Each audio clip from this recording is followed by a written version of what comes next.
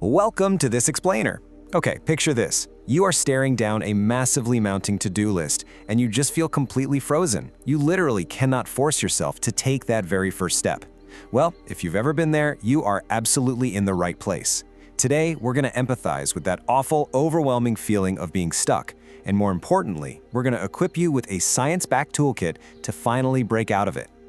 Here's our roadmap to get us unstuck today. We'll start by unmasking paralysis, then dig into the psychology of why we get stuck, figure out how to break tasks down into bite sizes, unleash some Pomodoro power, and finally, we'll wrap up by hacking our habits and rewards. Let's dive right in. Starting with Section 1, Unmasking Procrastination and Paralysis. To really get a handle on this, we first have to realize that not all delays are created equal.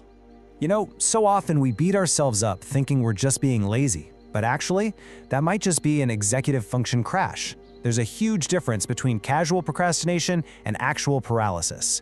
General procrastination is, well, just putting things off even when you know you shouldn't. But paralysis, which is heavily linked to ADHD and executive dysfunction, is when your brain essentially shuts down. You freeze up completely because of information overload, intense emotions, or just an inability to process multi-step instructions.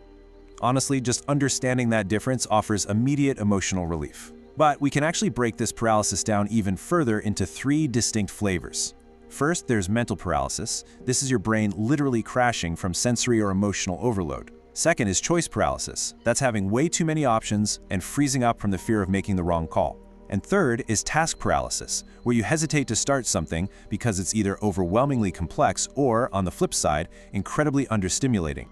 Moving right along to Section 2, the psychology of getting stuck. Now that we've diagnosed the types of paralysis, let's look under the hood at the brain chemistry that's actually keeping us frozen in place. Have you ever heard of the Zeigarnik effect? It is this fascinating psychological loophole.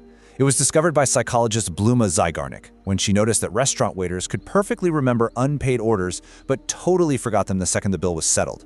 It proves that our brains absolutely hate unfinished business.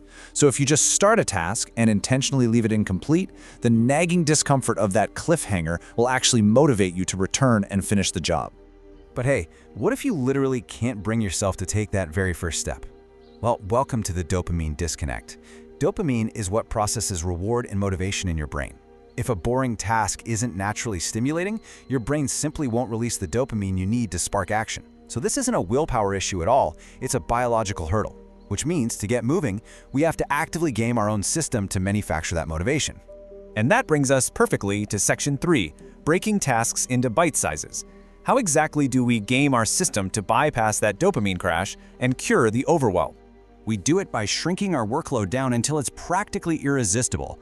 Following a brilliant productivity method from Amazing Marvin, here is the linear progression of taking a massive, scary project and making it actually doable. First, define it as a project. Second, break it into weekly or monthly milestones.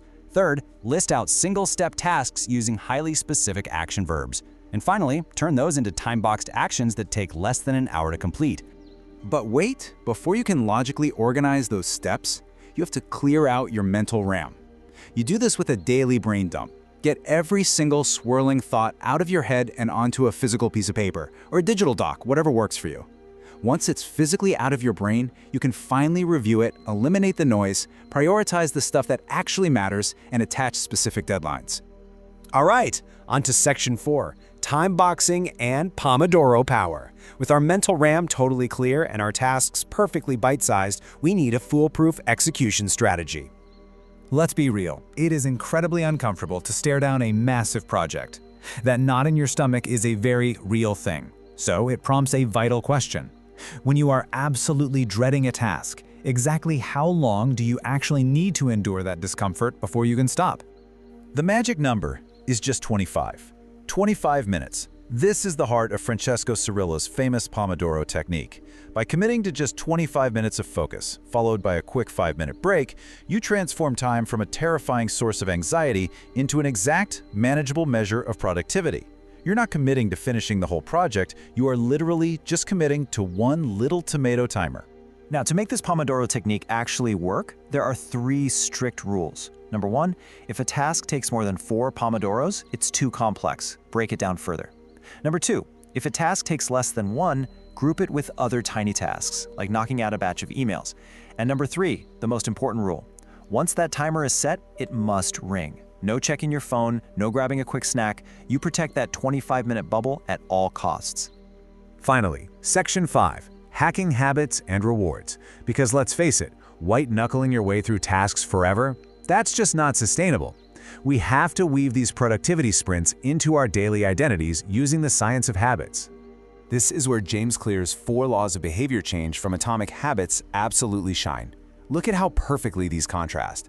To build a good habit, you make it obvious, attractive, easy, and satisfying. Like, say, leaving your workout clothes right by your bed. But to break a bad habit, you do the exact opposite. You introduce friction by making it invisible, unattractive, difficult, and unsatisfying. A huge part of making things easy is the legendary 2-minute rule. Instead of committing to running 3 miles, your only goal is to just put your running shoes on and step outside. That's it. You have to standardize a habit before you can even think about optimizing it. Mastering the simple art of showing up gives your brain a super easy win, which completely circumvents that paralysis. And hey, remember that dopamine disconnect we talked about earlier? This is how we fix it. According to researchers at Cornell, you should swap out delayed gratification for immediate micro-rewards. Stop waiting until the end of the month to reward yourself. Treat yourself instantly after completing a 25-minute Pomodoro, whether that's 15 minutes of downtime, playing a favorite song, or grabbing a snack. Frequent, immediate rewards will absolutely skyrocket your motivation.